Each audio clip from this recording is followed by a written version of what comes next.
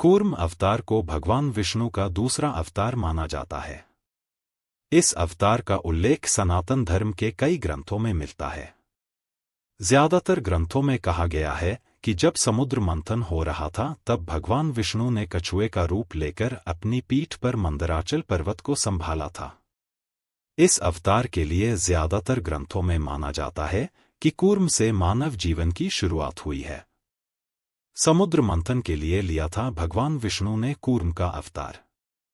देवराज इंद्र का शौर्य बहुत ज्यादा था, जिसे देखकर ऋषि दुर्वासा ने उन्हें परिजात पुष्प की माला भेंट की, परंतु इंद्र ने उस माला को ग्रहण नहीं किया और उन्होंने माला को अपने हाथी ऐरावत को पहना दिया। लेकिन ऐरावत ने भी उस पुष्पहार को धारण करने के बजाय जमीन पर फेंक दिया। यह देखकर ऋषि दुर्वासा अत्यंत क्रोधित हुए। उन्होंने इसे अपना अपमान समझा और क्रोधित होकर देवताओं को श्राप दे दिया। उनके श्राप के तेज के कारण देवताओं ने अपनी शक्ति खो दी। इससे निराश होकर वो भगवान ब्रह्मा के पास मार्गदर्शन हेतु पहुंचे। सभी देवताओं ने ब्रह्मा जी के पास पहुंचकर पूरी कहानी बताई। इस पर ब्रह्मा जी ने सभी देवताओं को भगवान विष्णु के पास जाने की सलाह दी। इसके बाद सभी देवता भगवान विष्णु के पास पहुंच गए। भगवान विष्णु ने उन्हें बताया कि सभी मिलकर क्षीर सागर का मंथन करें, जिससे उन्हें कई रत्न मिलेंगे। रत्नों के साथ अमृत भी मिलेगा, जिसे पीने से देवताओं की खोई हुई शक्ति उन्हें वापस मिल जाएगी और सभी देवता सदैव के लिए अमर हो जाएंगे। सभी देवताओं ने भगवान विष्णु की बात मानकर समुद्र का मंथन करने की तैयारी करने लगे।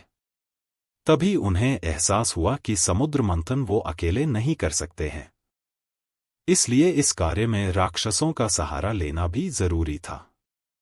लेकिन देवता पहले इसके लिए तैयार नहीं थे, जिसके बाद भगवान विष्णु ने देवताओं को समझाया। इसके बाद असुर भी अमृत के लालच में समुद्र मंथन में भाग लेने के लिए तैयार हो गए। इस विशाल कार्य को करने के लिए मंदार पर्वत को मथनी के डंडे के रूप में प्रयोग किया गया, जबकि नागराज वासुकी, नागराज शेषनाग के छोटे भाई, को रस्सी के रूप में उपयोग किया गया। देवता और असुर मिलकर समुद्र का मंथन करने लगे। मंदार पर्वत के एक ओर देवता थे तो वहीं दूसरी तरफ असुर थे। मंथन चल ही रहा था कि इस मंथन से सबसे पहले घातक विष निकला, जिससे सभी परेशान होने लगे। जब इस जहर से दुनिया पर खतरा आ गया तब भगवान शिव ने उस जहर का सेवन किया और उसे अपने कंठ पर रोक लिया, जिसके कारण उनका गला नीला पड़ गया।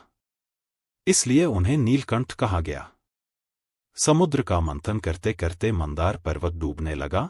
तब भगवान विष्णु ने कछुए का अवतार लिया और अपनी पीठ पर मंदार पर्वत को धारण कर लिया। उस कछुए के पीठ का व्यास 1,00,000 योजन था। इसके बाद समुद्र से कामधेनु प्रकट हुई। साथ ही अमृत कलश लिए हुए भगवान धन्वंतरि प्रकट हुए। यही अमृत बाद में देवताओं ने ग्रहण किया और सदैव के लिए अमरत्व प्राप्त किया। इस तरह से भगवान विष्णु का कूर्म अवतार हुआ।